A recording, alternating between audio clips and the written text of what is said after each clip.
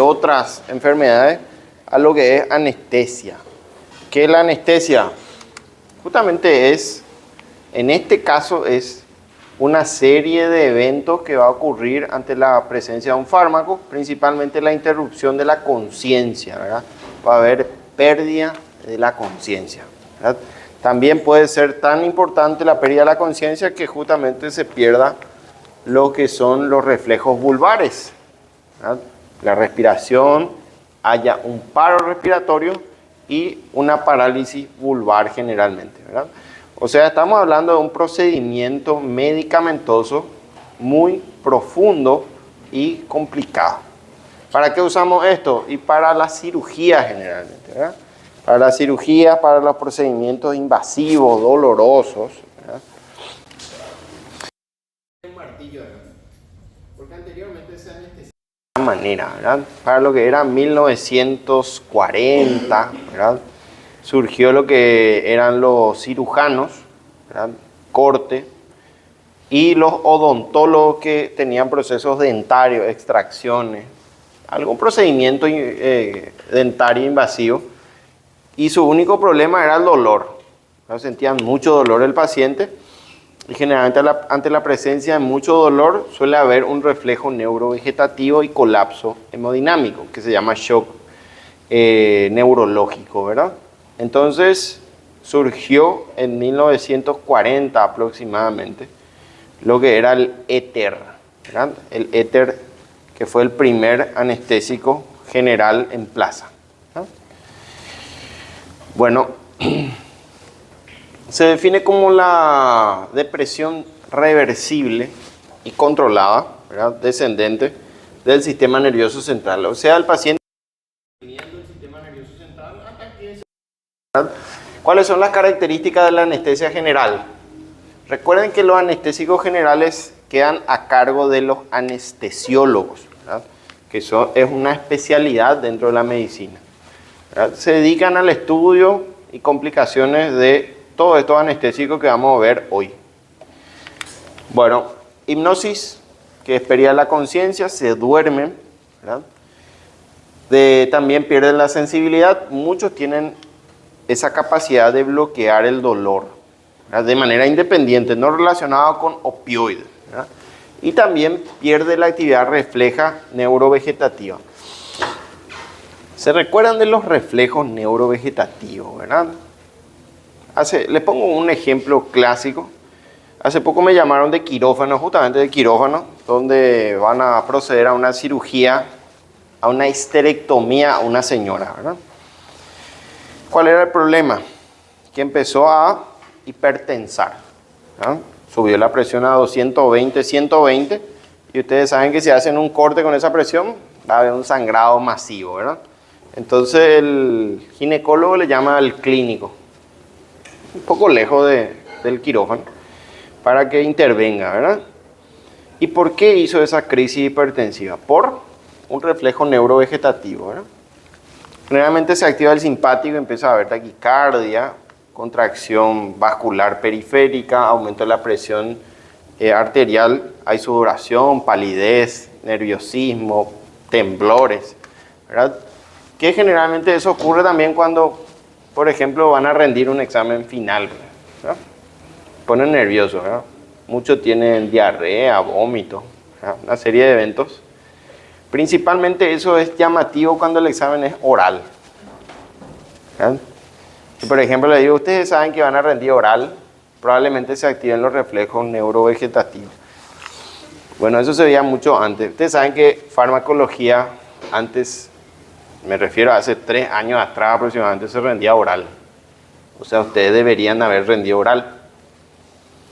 Era un bolillero que tenía más o menos 35 bolillas. Y ustedes quitaban un papelito y defendían esa bolilla. Por ejemplo, le salían anestésicos generales y tenían que hablar de él. Bueno, entonces había mucha respuesta neurovegetativa en ese examen, ¿verdad? Muchos vomitaban, ¿verdad? Se desmayaban. Entonces tuvimos que cambiar los métodos a escrito, netamente, ¿verdad? Pero la respuesta no es esa, es porque son demasiado muchos, ¿verdad? Entonces es imposible tomarle a 100 alumnos oral en un día. Y también involucra la relajación muscular, porque es muy importante para el cirujano que su paciente esté relajado, ¿verdad? Esté cómodo, ¿verdad? Y no haga ningún tipo de movimiento durante el evento quirúrgico. Entonces, tenemos 4 objetivos alcanzables con la anestesia general. Bueno, hay un estado que es lo que nosotros queremos como anestesiólogo, como médico, es llegar al estado anestésico, ¿verdad? Se define como el resultado de la acción combinada y dinámica de diversos efectos farmacológicos. Justamente lo que queremos es llegar a estos 4, ¿verdad?, eventos mencionados como la hipnosis. El objetivo del efecto anestésico o estado anestésico es conseguir hipnosis, bloqueo del dolor, bloqueo de la respuesta neurovegetativa y también, aparte de la relajación muscular, que el paciente no recuerde absolutamente nada del procedimiento quirúrgico o de la cirugía o de la intubación o de cualquier evento traumático. Ese es el objetivo de esta parte de la farmacología. Amnesia en ese momento, no amnesia retrógrada, por ejemplo, ¿verdad? Bueno, ¿cuáles son los mecanismos de acción? Ustedes saben que creo que al principio, cuando empezamos la materia, dijimos que la mayoría de los fármacos conocemos su mecanismo de acción, pero no sabemos. No sabemos cómo funciona, no sabemos sobre qué receptores actúan, ni cómo produce ese efecto anestésico general. Hay varias teorías, por eso dice, continúa siendo desconocido, y empezaron primeramente a emitir la primera teoría, que era sobre una acción inespecífica farmacología. Ahí ya estamos mal, porque no tenemos receptor, no tenemos mediadores, es una acción inespecífica que actúan principalmente sobre la membrana neuronal, ¿verdad?, o neural. Luego mejoraron Meyer y Overton la teoría y dijeron que los fármacos tenían una liposolubilidad que le daba una propiedad en potencia, ¿verdad?, solubilidad, y sugería que había un sitio de fijación lipofílico. Es muy importante recordar que el foco, el objetivo de los anestésicos generales es llegar ¿a dónde? Al cerebro, ¿verdad?, al sistema nervioso central. Ese es el objetivo del anestésico general. A su vez, estos anestésicos generales, sabemos que el cerebro está abundantemente cubierto por tejido lipídico, tiene mucho lípido y tiene mucho fosfolípido, ¿verdad? Entonces es una teoría bastante aceptable en base a los principios farmacológicos. Hoy se piensa que los anestésicos generales actúan principalmente sobre la transmisión sináptica y no en la conducción de los axones, ¿verdad? Es una teoría. También se cree que actúan principalmente sobre proteínas y no sobre lípidos. Contrarresta un poco la teoría de Meyer. Y nos dice que hay una serie de receptores involucrados en la participación y en la acción de los anestésicos generales. Principalmente canales iónicos como calcio, potasio, que son dependientes de voltaje, y también algunos ligandos como el GABA, ¿verdad?, el NMDA, que son también, y algunos neurotransmisores, que se considera que son sitios específicos donde actuaría nuestro anestésico general. Bueno, hay 2 tipos de anestesia general, o sea, tenemos disponibles 2 métodos de dormirle al paciente y conseguir un estado anestésico. Uno es por los gases, ¿verdad?, o anestésico general inhalatorio, ¿verdad?, y otro es por la anestesia general intravenosa. O sea, podemos usar los gases o lo intravenoso, ¿verdad? Bueno, no sé si alguien se sometió ya a alguna cirugía acá, pero normalmente el anestesiólogo, que se va a encargar del medicamento y el proceso farmacológico, se acerca y le coloca un gas, una máscara, y le empieza a hablar al paciente, ¿verdad? Le dice, ¿qué tal? ¿Cómo te va? ¿Cómo te llamas? ¿De dónde sos? Y cuando empieza a emitir alguna palabra ya se duerme y se va, ¿verdad? Ese es el proceso de inducción. ¿Por qué le habla? Porque necesita saber la pérdida de respuesta verbal. Cuando empieza a callarse y se duerme es donde empieza nuestro estado anestésico, ¿verdad? Puede utilizar esta máscara que es la vía para llegar a la anestesia general inhalatoria, o puede colocarle una vía periférica y utilizarla para anestésicos por vía intravenosa. Bueno, tenemos que estas sustancias se absorben muy bien, difunden, tienen la capacidad de difusión muy alta por el tejido pulmonar, ¿verdad? Esto debido a que se puede utilizar líquidos volátiles que se aerolizan fácil, ¿verdad? O pueden usar gases. Bueno, ¿cómo se absorben? Por difusión pasiva simple o a favor de gradiente de concentración, que es la ley general de los gases, que parece difícil, pero en realidad no es, ¿verdad? Bueno, ¿qué dice la ley general de los gases? Bueno, tiene varias fases. Tiene una fase pulmonar. Bueno, este dibujo parece anatomía, ¿verdad? Bueno, no necesita mucho espacio. Vamos a suponer que esto es un borrador. Bueno, ¿qué es lo que pasa cuando introducimos un gas? Tenemos las vías respiratorias, ¿verdad?, por donde va a ingresar el fármaco. Y tenemos un lugar, un compartimiento, que es el compartimiento número 1. ¿Cuál va a ser el compartimiento número 1? Y el alveolo. El objetivo es aerolizar el fármaco para que llegue al alveolo, que va a ser nuestro compartimiento número 1, ¿verdad?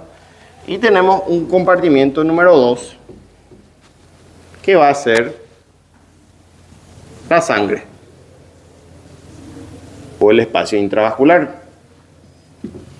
Entonces, ¿qué dice la ley general de los gases? Que entre ambos compartimientos debe haber un equilibrio, ¿verdad? Quiere decir que a medida que yo le meto presión del fármaco aerolizado y empieza a subir la concentración en el espacio 1, va a tener tendencia a equilibrarse, ¿verdad? Quiere decir que va a pasar al espacio 2 para disminuir el nivel y equilibrarse en concentración. ¿Entienden? Yo estoy emitiendo el gas arriba y empieza a subir la concentración en el alveolo, pero automáticamente dice los gases que se tienen que equilibrar entre compartimientos las presiones y la concentración. Entonces le pasa esa concentración al vecino, que es el compartimento número 2, que es nuestro espacio intravascular, ¿verdad? Entonces se equilibran las concentraciones. Y el objetivo no es la sangre, el objetivo es que se vaya ¿a dónde? Arriba, al cerebro, y que alcancen concentraciones cerebrales rápidas, ¿verdad? Bueno, ¿y cómo sacamos esto? Recuerden que el médico va a estar colocando el gas por la boca del paciente, por la vía aérea, y va a estar administrando continuamente. Supongamos, terminó la cirugía, retira la máscara y el gas, ¿y qué va a ocurrir? Va a empezar a bajar las concentraciones en el alveolo, ¿verdad? Va a bajar la concentración. Y entonces va a empezar a pasar información hacia el alveolo, y del alveolo va a empezar a salir hacia el aire. Es la misma cosa de la ley de los gases de concentración, pero en sentido inverso, que es la fase de eliminación. Entonces nosotros suspendemos el fármaco y el fármaco va a salir rápidamente y solo, de manera independiente, ¿verdad? Bueno, nos dice, el vapor o gas se desplaza de un lugar donde la presión parcial es mayor, y en nuestro espacio 1, ¿verdad? ¿Y hacia dónde va a ir? Y hacia donde hay menor concentración, que es nuestro espacio intravascular. Y a partir de ahí va a difundir. ¿Hacia dónde?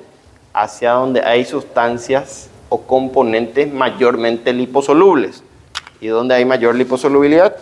En el cerebro, ¿verdad? Entonces van a ir rumbo al cerebro, que es nuestro objetivo como anestesia. Bueno, la fase pulmonar dice que tiene por objetivo conseguir una... Ya empezamos ya con la psicosis. Bueno, a partir de los jueves ya empieza ya este tema, ¿no?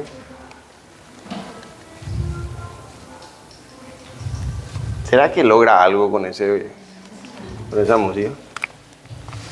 ¿Logrará algún objetivo? Aparte de contaminación sonora. Bueno, ¿qué dice? La presión parcial alveolar satisfactoria. Lo que queremos es que alcance concentraciones altas en este espacio. Imagínense que son alveolos, ¿verdad? Y a su vez, esta sustancia inhalada, la ventilación alveolar, y de ahí a la perfusión sanguínea alveolar, que es nuestro espacio 2. ¿De qué depende esta velocidad de difusión? De la solubilidad de nuestro fármaco elegido, ¿verdad? Entonces ahí la fase de distribución en los tejidos. Alcanza concentraciones óptimas en sangre, que es el espacio 2, por difusión, por equilibrio y ley de los gases, y empieza a haber un coeficiente de partición o coeficiente de división, que cada uno de los gases tiene un coeficiente de partición distinta, que justamente es la capacidad de difundir rápido hacia el espacio número 2 y de ahí al llegar al cerebro. Los coeficientes de partición altos son los que tienen mayor tardanza en alcanzar las concentraciones de equilibrio. Si su coeficiente de partición es, digamos, bajo, o sea, es menor, tiene mayor capacidad de difundir. Bueno, la fase de eliminación se produce en sentido de presión parcial, ¿verdad?, de aire inhalado cuando llega a 0. O sea, inhalado, no ingresa más fármaco por concentración al espacio 1 y entonces tiene que invertirse el gradiente, donde hay mayor concentración, que es el espacio 2.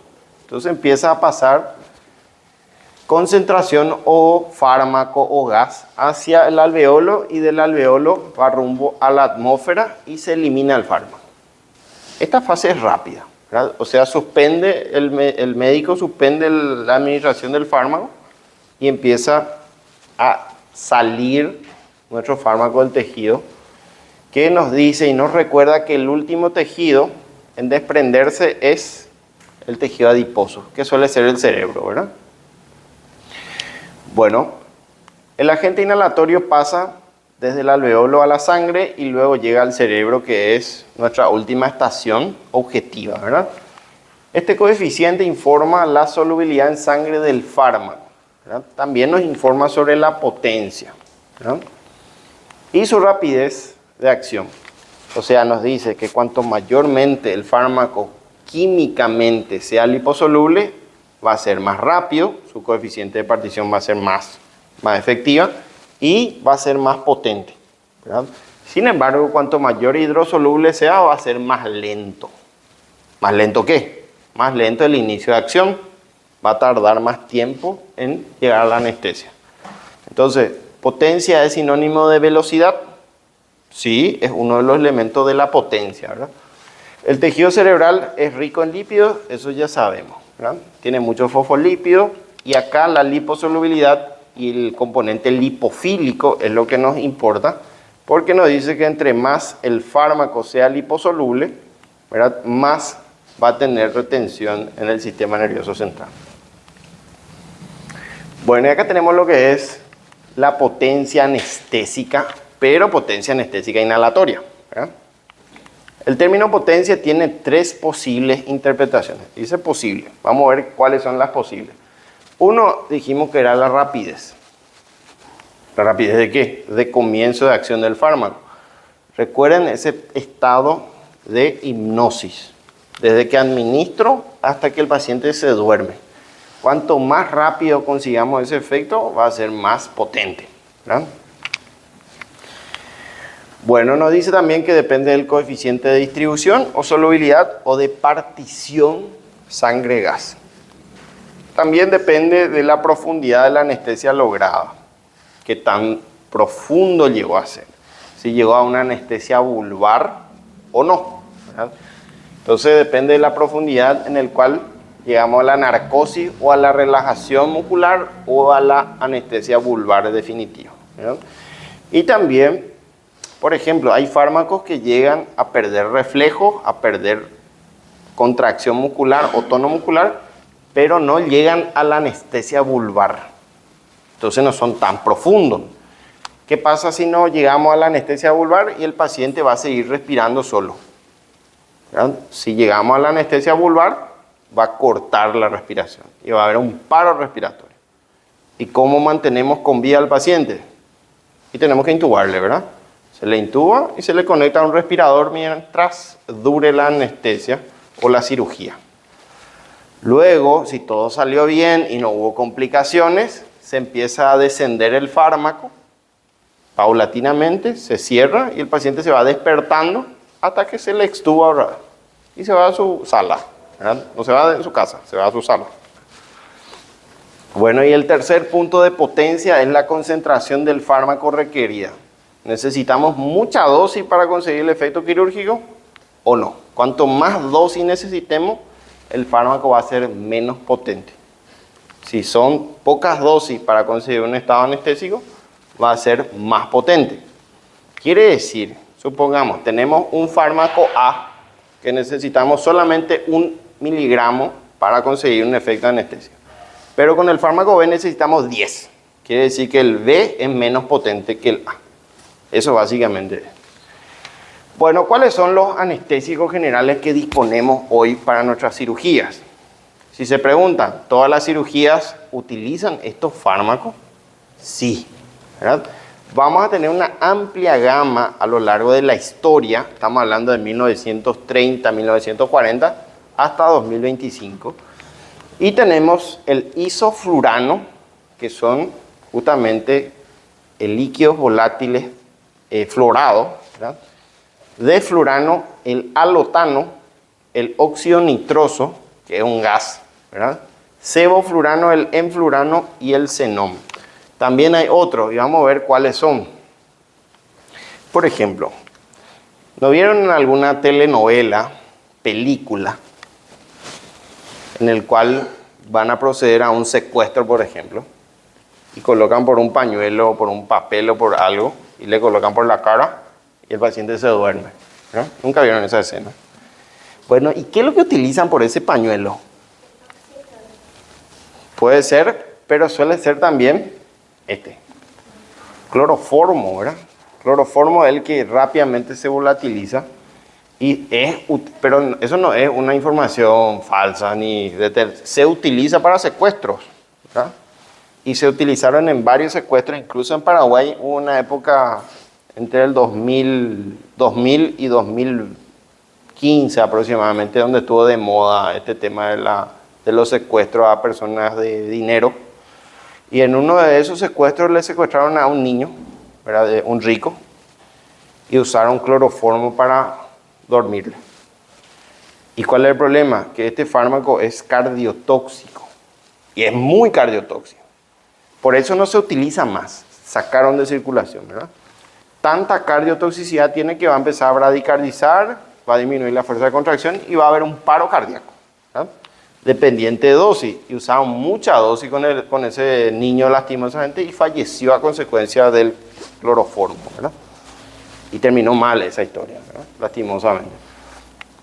Bueno, el primer fármaco anestésico general que justamente, adivinen quién descubrió, y descubrió un odontólogo. No fue un médico ni nada.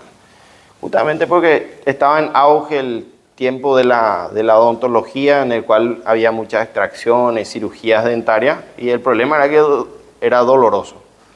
Entonces apareció el éter dietílico, que por cierto es bueno, pero tiene muchas complicaciones nada más, y que justamente fue descubierta por uno de los más grandes representantes de la farmacología, o sea, de la industria farmacéutica, que es Abbott. No sé si conocen el laboratorio Abbott. Era un fármaco importado francés, es similar a Sanofi Aventis, que es de la Novalgina, ¿verdad? Bueno, Abbott fue el primero involucrado en el descubrimiento de los anestésicos generales. Bueno, después vienen los florados, que por cierto son los más utilizados, el más utilizado, y tenemos varios, ¿verdad? Metoxi, enflurano, isoflurano, sevoflurano y desflurano. Vamos a ver quién se usa más. No es que yo digo, hoy quiero usar sevoflurano, mañana quiero usar desflurano y pasado voy a usar metoxiflurano. No, solamente uno se utiliza.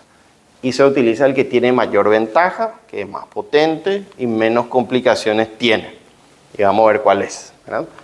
Después tenemos los halogenados, que aparecen los simples como el cloroformo, que es extremadamente tóxico, el cloruro de etilo y el tricloruro etileno. Y por último, el fluorado, que es el halotano, que hasta hoy sigue siendo usado y disponible, ¿verdad? Dentro de los gases, porque estos son todos generalmente líquidos volátiles,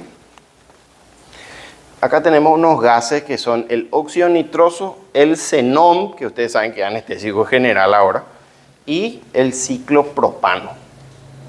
El último es inflamable. O sea, puede prenderse fuego en la anestesia. Así que ese, olvídense. Los que son inflamables no se usan más. Entonces queda el xenón, que ya tampoco tiene mucha utilidad, y el único dentro de los gases que está disponible, es bueno, es accesible, es económico, es el óxido nitroso. ¿Verdad? No tiene nada que ver con los autos, ¿eh? Por si acaso los autos le ponen nitrógeno también a su vehículo, pero este no tiene nada que ver.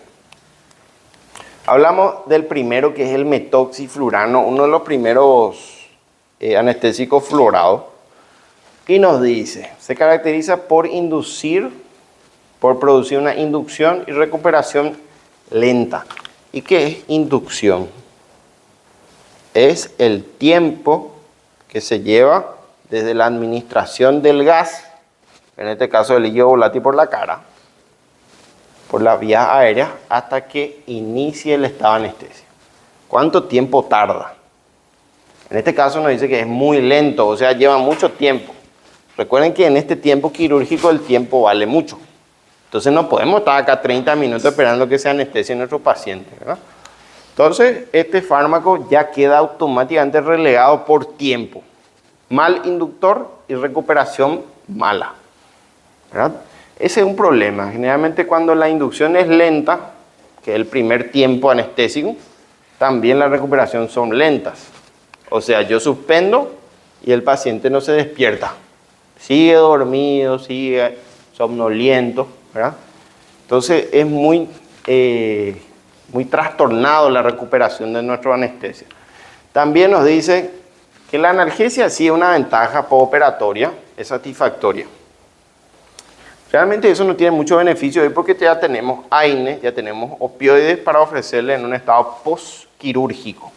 Recuerden que va a salir con una cicatriz, con una herida, no con una cicatriz, con una herida quirúrgica, y eso va a producir dolor intenso. Este tiene la ventaja que después de mucho tiempo sigue causando analgesia independiente, ¿verdad? Bueno, como libera iones de fluoruro, es tóxico para los riñones. Entonces, otro punto negativo para el metoxiflurano, lo cual hoy está desplazado. Hoy no tenemos esta anestesia disponible. Por más de que busquen, no van a encontrar metoxiflurano. Ahora pasamos al ISO, que ustedes ven que viene con una botella, con un frasco de vidrio polarizado. Generalmente son sensibles a la luz, ¿verdad? Y ustedes ven que tiene un color que es morado, púrpura, lila, como quieran decirlo, pero tiene un color universal en todo el mundo, ¿verdad? O sea, el isoflurano viene púrpura, ¿verdad? Viene púrpura en todos los sectores y en toda la industria. ¿Por qué? Porque hay una máquina que volatiliza este líquido, que es de este tamaño, ¿verdad? Más o menos así es. Entonces ustedes colocan el fármaco y la máquina se encarga de producir el gas, ¿verdad? El líquido volátil aerolizado. Entonces su color también es morado, por si acaso no se confundan, ¿verdad? Bueno, es un líquido estable, volátil, por supuesto, es muy volátil, es muy difusible. Y nos dice, la inducción, que es nuestro primer tiempo, y la recuperación, que es el tiempo final de anestesia, son muy rápidas. A diferencia del metoxiflurano, que es lento, ¿verdad? Disminuye la resistencia vasculares periféricas. Esa es una desventaja lastimosamente que tiene en la mayoría de los pacientes, porque va a producir hipotensión, va a producir o tendencia al colapso hemodinámico. Pero nos dice en rojo que si por si acaso nuestro paciente es algún paciente cardiópata isquémico, tiene un infarto o tiene un riesgo cardiovascular muy alto, el fármaco le va a venir muy bien, ¿verdad? Porque es un vasodilatador periférico y coronario. Ahora, si no es coronario, cardiópata o tiene problemas cardiovasculares, el fármaco no tiene ningún beneficio y va a producir hipotensión. Bueno, nos dice que no sensibiliza al miocardio frente a catecolamina, o sea que si hay circulación de adrenalina y noradrenalina, no va a ocurrir, ¿verdad?, una repercusión muy significativa del sistema simpático. Bueno, proporciona una buena relajación muscular, que es muy importante para el cirujano, que el paciente esté totalmente relajado, ¿verdad?, que no haya ningún tipo de contracciones.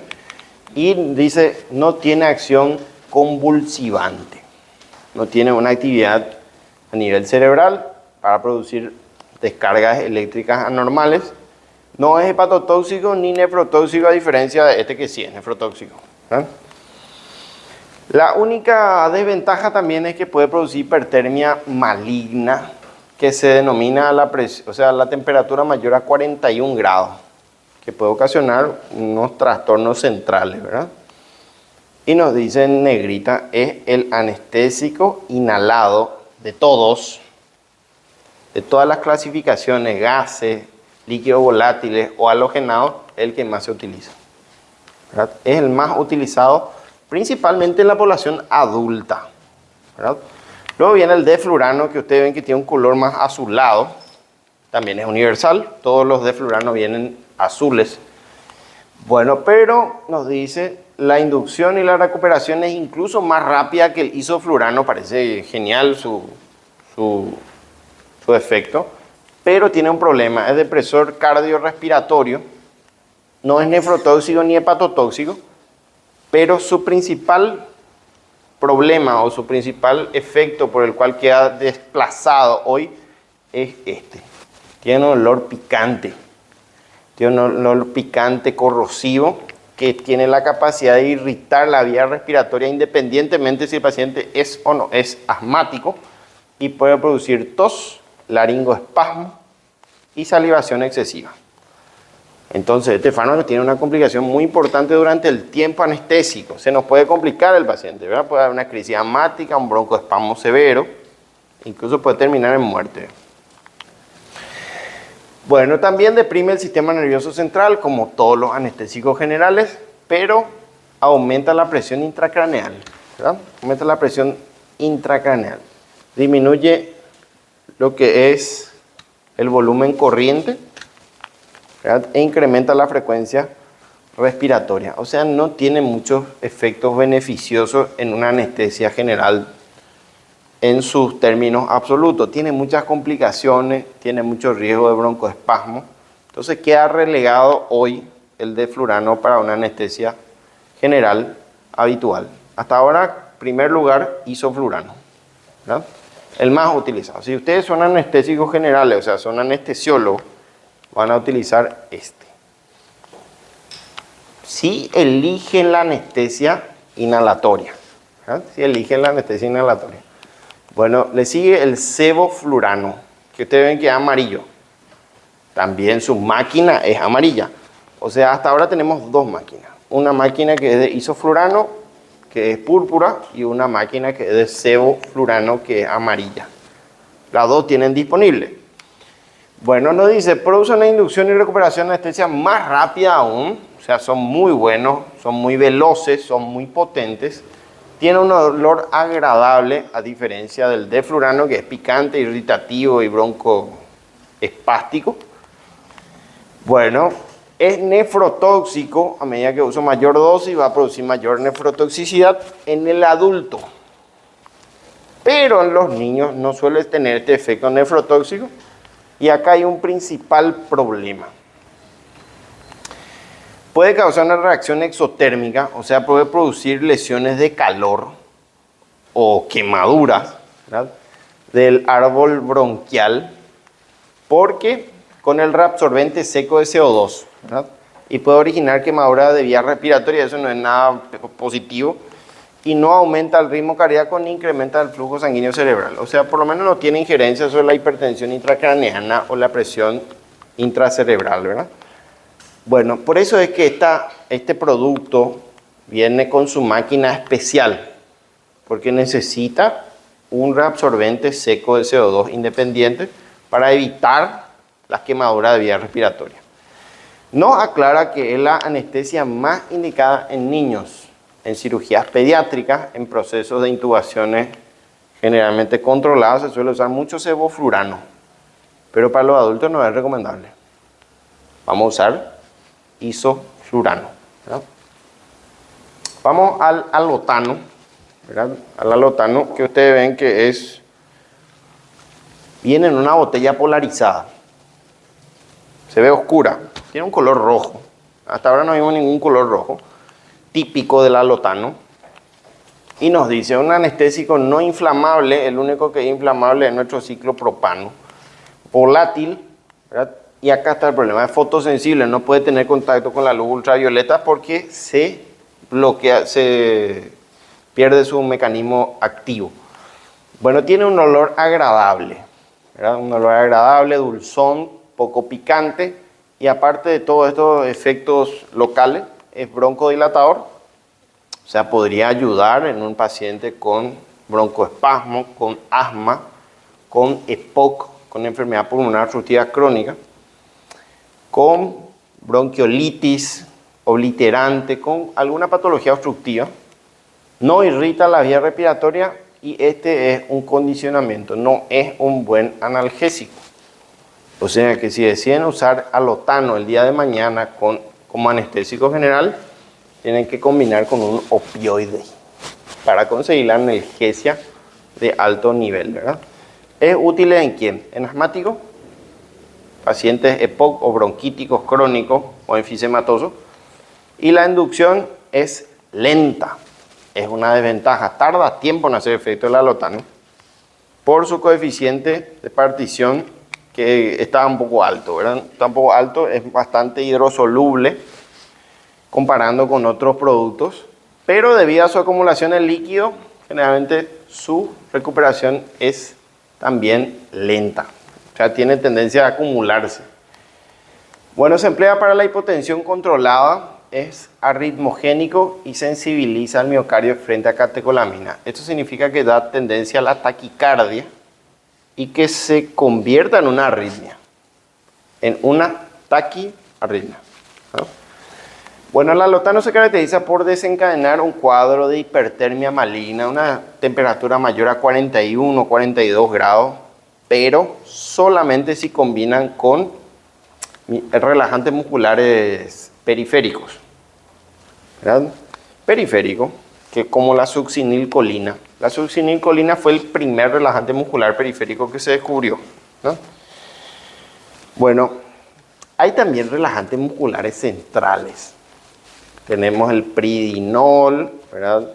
Tenemos otros relajantes musculares centrales como la clorzoxazona, que ustedes pueden conseguirlo en la farmacia, ¿verdad? ¿Y para qué se usan los relajantes musculares centrales? Para contracturas musculares, por ejemplo, tortícolis, ¿verdad? Para dolores tipo fibrositis, en el cual el médico considera que necesita un relajante muscular central. Pero el nombre central suena feo, parece que es a nivel del sistema nervioso central. Sin embargo, los relajantes musculares periféricos tipo succinilcolina son los más letales que existen. Su venta es estrictamente controlada. Son botellas de color rojo, porque le dicen esto es peligroso, ¿verdad? ¿Por qué? Porque produce bloqueo de la placa neuromotora. Ahí es donde viene la acetilcolina, hace su acción en la placa, bloquea. Y no pueden hacer, entonces produce una relajación completa y máxima de todos los músculos esqueléticos, incluyendo la caja torácica. Entonces el paciente está consciente, lúcido, entiende todo lo que pasa, pero muere de asfixia. Bueno, entre ellos entra succinicolina, atracurio, pancuronio, ropacuronio, que son todos derivados de este producto. Bueno, es hepatotóxico, otra desventaja, un potente relajador uterino, depresor del sistema nervioso central y también, al igual que el isoflurano, aumenta la presión intracraneana. ¿Por qué nos dice esto? Porque para procesos cerebrales, para procesos tumorales, en el cual hay un aumento de la presión intracraneal, no es recomendable usar alotano. Está indicado para el mantenimiento de la anestesia general, que el mantenimiento y todo el tiempo después de la inducción. O sea, como inductores son muy malos, ¿verdad? Pero podemos usar para la anestesia general, principalmente pediátrica o en pacientes con problemas broncoespasmódicos, broncoespásticos, ¿verdad? Bueno, ¿qué más tenemos? Yo creo que vamos a llegar hasta acá porque después ya entramos en anestesia intravenosa, ¿verdad? Vamos a dejar en anestésicos inhalatorios, porque si no, ustedes tienen que, si no vamos a quedar corto de tiempo. Bueno, el óxido nitroso, que acá vemos que viene con su botella, con su garrafa, con su bidón metálico característico, que normalmente requieren también una máquina especial para aerolizar este gas, ¿verdad? Viene tipo un oxígeno, ¿verdad? Un balón de oxígeno. Bueno, es el anestésico más antiguo, pero el más antiguo sabemos que es el éter, ¿verdad? El éter dietílico es el más antiguo.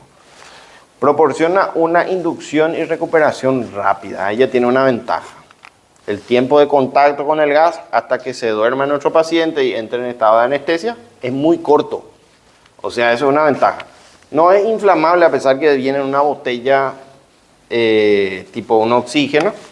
No es depresor del sistema respiratorio y no irrita las mucosas como los anteriores, ¿verdad?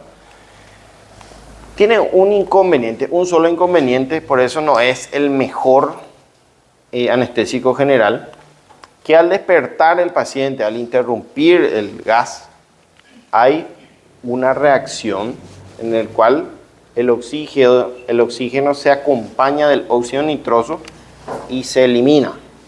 O sea, no es que solamente se elimina óxido nitroso, se elimina oxígeno también. Entonces hay un estado de